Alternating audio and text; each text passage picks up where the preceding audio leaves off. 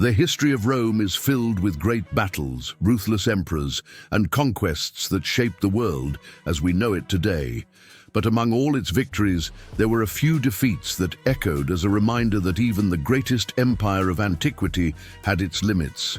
And few of those defeats were as humiliating as the one inflicted by a man who, ironically, was trained by the Romans themselves.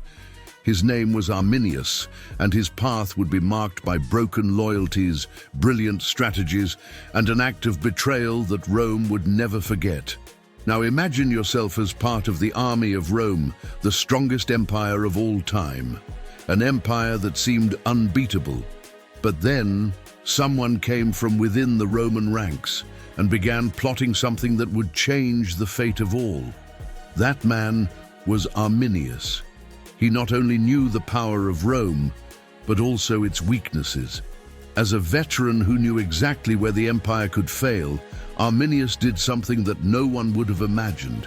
He used what he had learned against Rome, and that was what resulted in one of the greatest defeats in the history of the empire.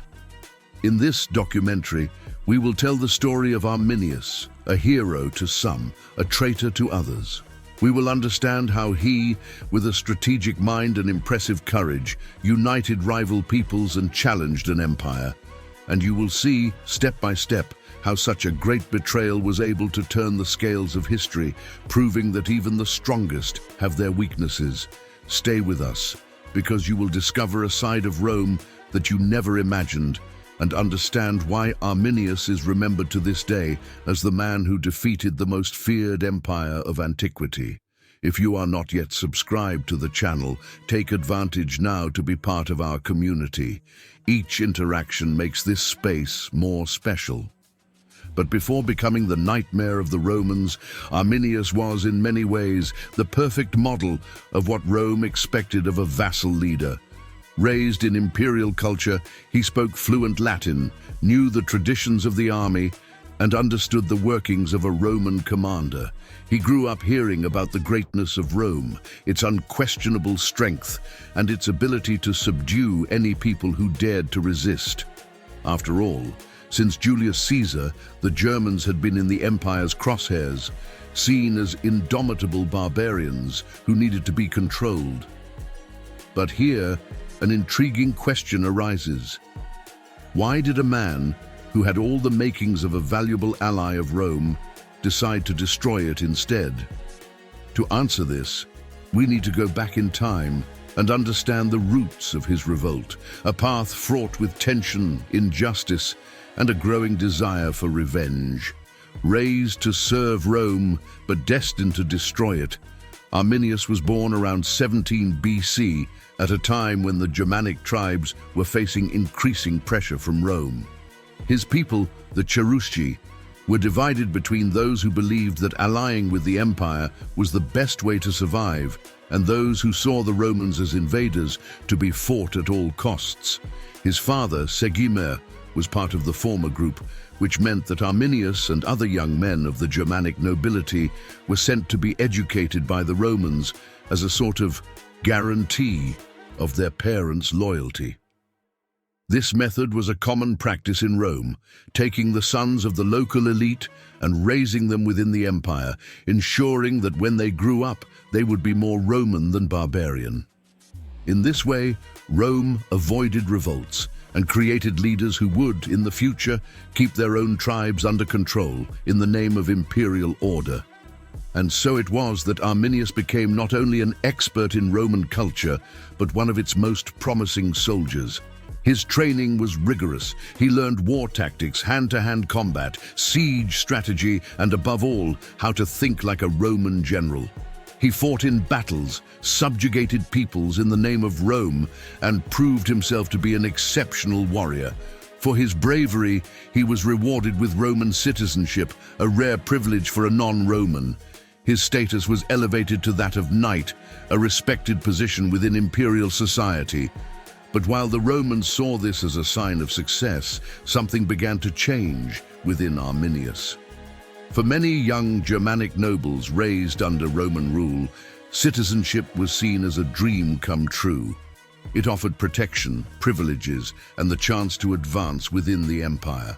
But for Arminius, the more time he spent with the Romans, the clearer it became that this greatness was sustained by oppression and contempt for the peoples they conquered.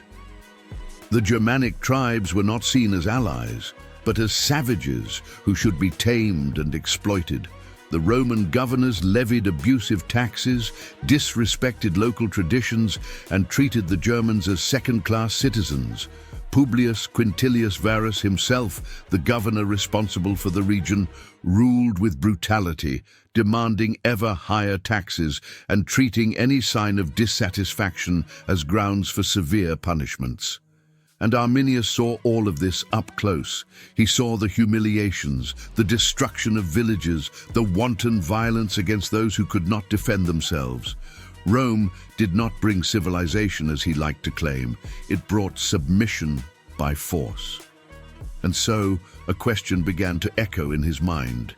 If the Romans saw him as just another barbarian, why should he continue to fight for them? And so, little by little, a plan began to form. Arminius did not just want to resist Rome, he wanted to defeat it from within. But betraying Rome was not a simple decision. Arminius knew the Romans better than anyone. He knew that a poorly planned revolt would be quickly crushed. Rome had an unbeatable army, disciplined legions, and a highly efficient intelligence system. Any sign of treason would be detected and punished before it even occurred. If Arminius was to succeed, he would need to be patient. He would have to feign loyalty until he was ready to strike. And that is exactly what he did. In the eyes of the Romans, Arminius was still a loyal commander, an exemplary soldier who helped maintain order among the Germans. But secretly he began to build alliances. He visited Germanic tribes, telling them about Rome's cruelty, how they were being exploited, and how together they could free themselves from its domination. Little by little, his influence grew. The Germans began to see him not as an ally of the Romans, but as the leader they so desperately needed. But for his plan to work, there was still one crucial element missing: a coup that would leave Rome speechless. And that coup was getting closer and closer. And now, imagine what was going through Arminius's mind at that moment. He was about to make history, about to challenge the most powerful empire of the time. But would he really be able to deceive Rome until the right moment? Would the Germans, so divided by centuries of rivalry, be able to fight side by side? And above all, would it be possible to defeat an enemy that seemed invincible? In the next few moments, you will discover how Arminius united the Germanic tribes and planned one of the greatest military ambushes of all time. But before that, tell me, if you were in his place, would you have the courage to betray an empire like Rome? Or would you believe that submission was the only way out? Leave your opinion in the comments. When we talk about Arminius, it is impossible not to highlight his journey of duality, where he moved between two opposite worlds. Imagine a Germanic child, accustomed to dense forests and tribal customs, being taken to the center of the most powerful empire of the time. Arminius was handed over to the Romans at a young age, a fate shared by many sons of Germanic nobility. This was no simple act of diplomacy. It was a calculated strategy by Rome to convert local leaders into loyal allies, indoctrinating them with its culture, its logic of government, and its military discipline.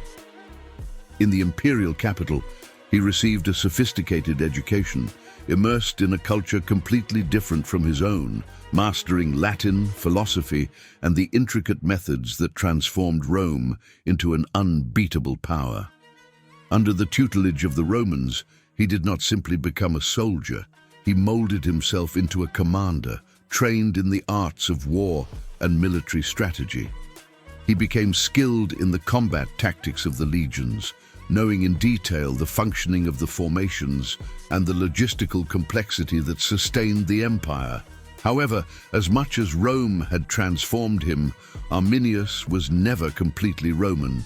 He was always seen as a civilized barbarian, a hybrid who would never be fully accepted in a world where the purity of Roman culture was unquestionable. This duality of identity deepened as Arminius gained experience in military campaigns. As an officer in the legions, he fought alongside the Romans, facing tribes he would one day come to know more intimately.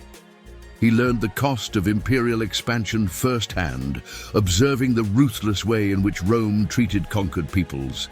He witnessed villages burned, families torn apart, and tribes subjugated under the promise of peace, a peace that, to the Romans, meant the complete domination of any people who dared resist imperial power. But deep down, something within Arminius began to change. He began to question the morality of the empire that had created him, to see his own Germanic roots not as an obstacle, but as a lifeblood that he could no longer ignore. The contrast between Rome's brutality and his people's struggle for freedom became unbearable.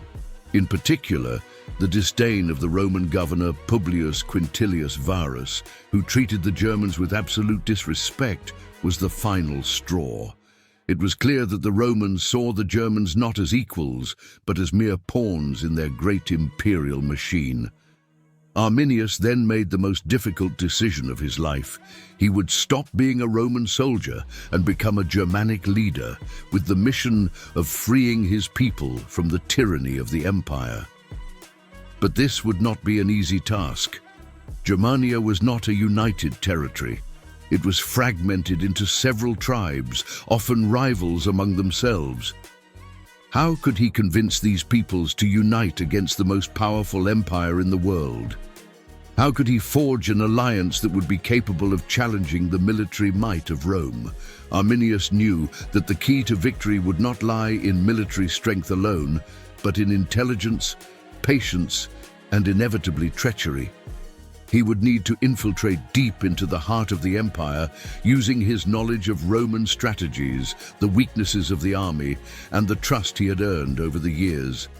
Treachery would not only be an option, it would be the only chance of defeating Rome.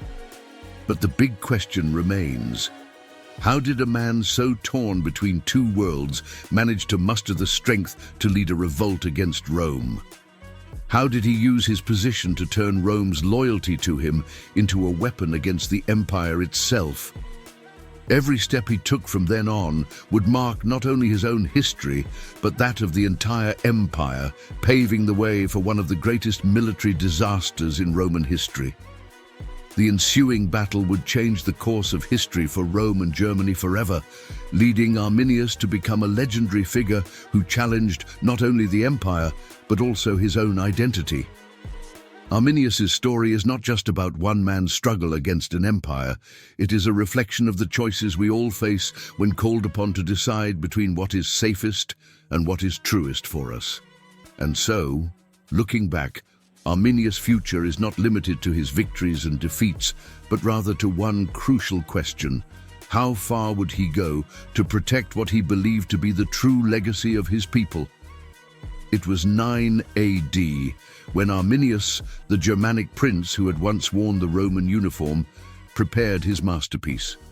The plan he devised was not just an attempt to resist the Romans, but an action that would have profound repercussions throughout the history of Rome.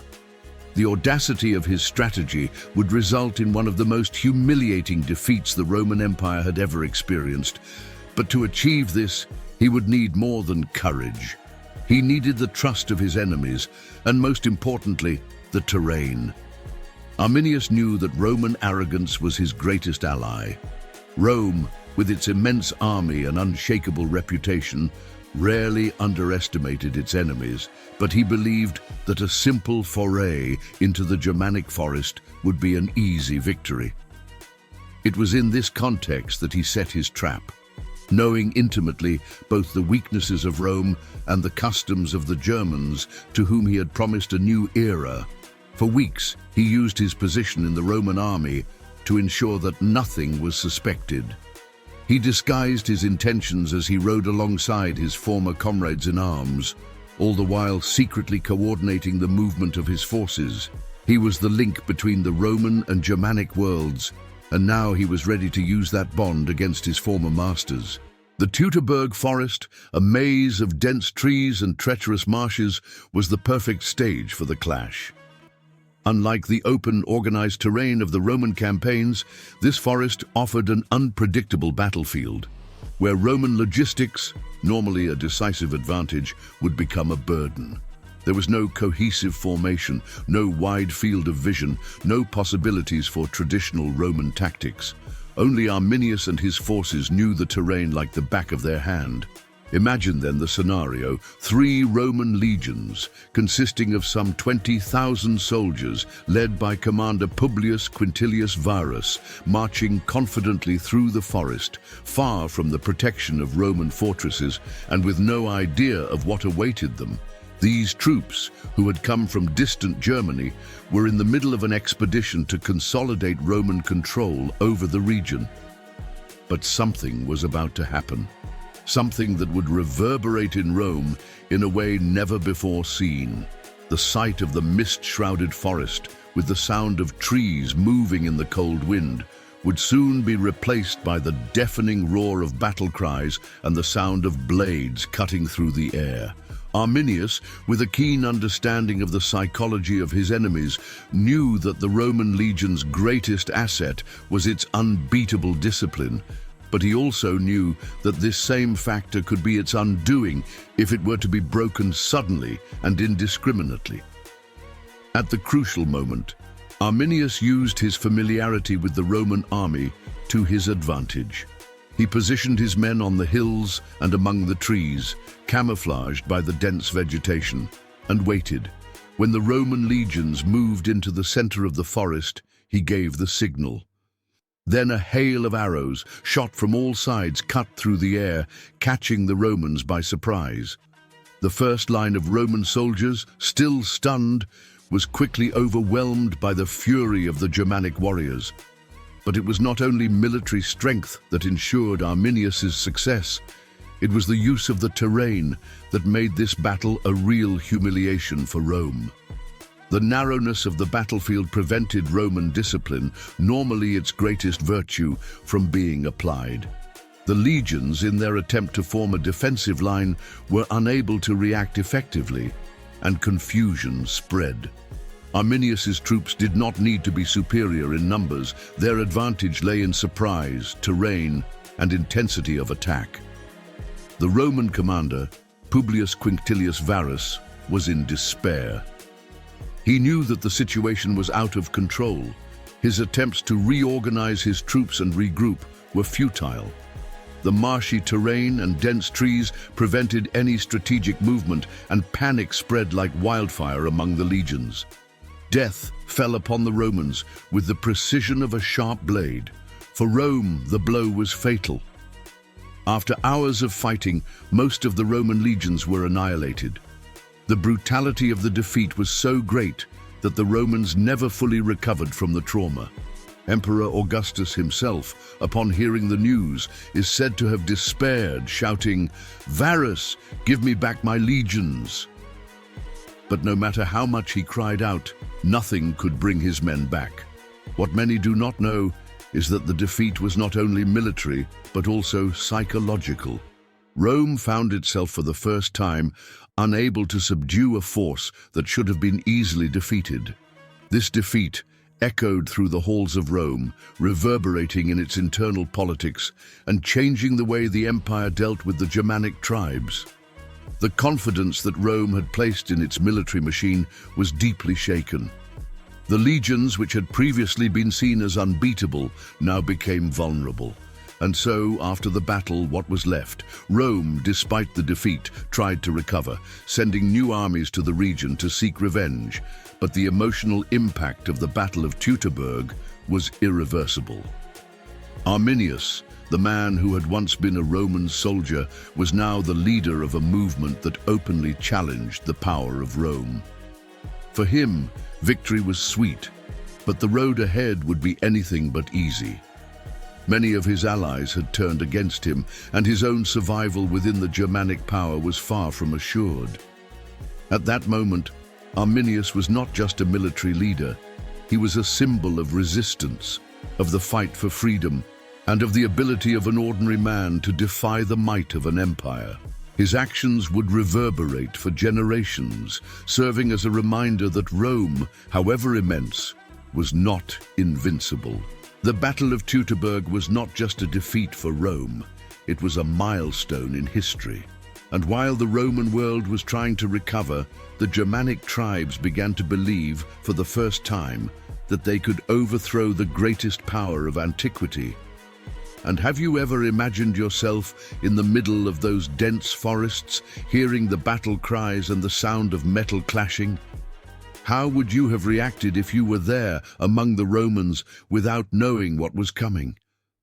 After the catastrophe of Teutoburg, Rome's confidence would never be the same again. The word Teutoburg became not only synonymous with military defeat, but with a devastating blow to the image that the empire had cultivated for centuries, that of absolute invincibility. The humiliating defeat in the heart of the Germanic forests opened a chapter that broke with centuries of history of success. But how could Rome, with all its greatness and power, have been defeated by tribes considered primitive and disorganized?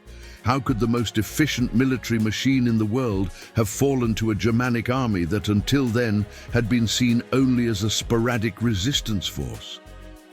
The truth is that the defeat at Teutoburg was not just about failures in combat or military strategy.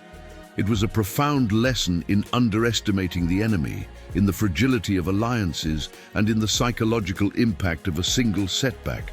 And if you think that the defeat at Teutoburg was just one battle, you are far from reality.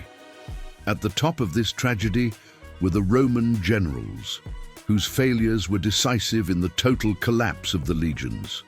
Publius Quintilius Varus, commander of the 3 legions that got lost in the forest, found himself trapped in a situation where, for the first time, it was not Roman discipline that saved the soldiers, but the cunning of the enemy. Rome trusted in its rigid structure and infallible tactics that had proven successful in other parts of the world, but here, in the dark Teutoburg Forest, these tactics were of no use. Varus, the commander, was widely criticized for not having anticipated the risks and for not having heeded the warnings of his own subordinates.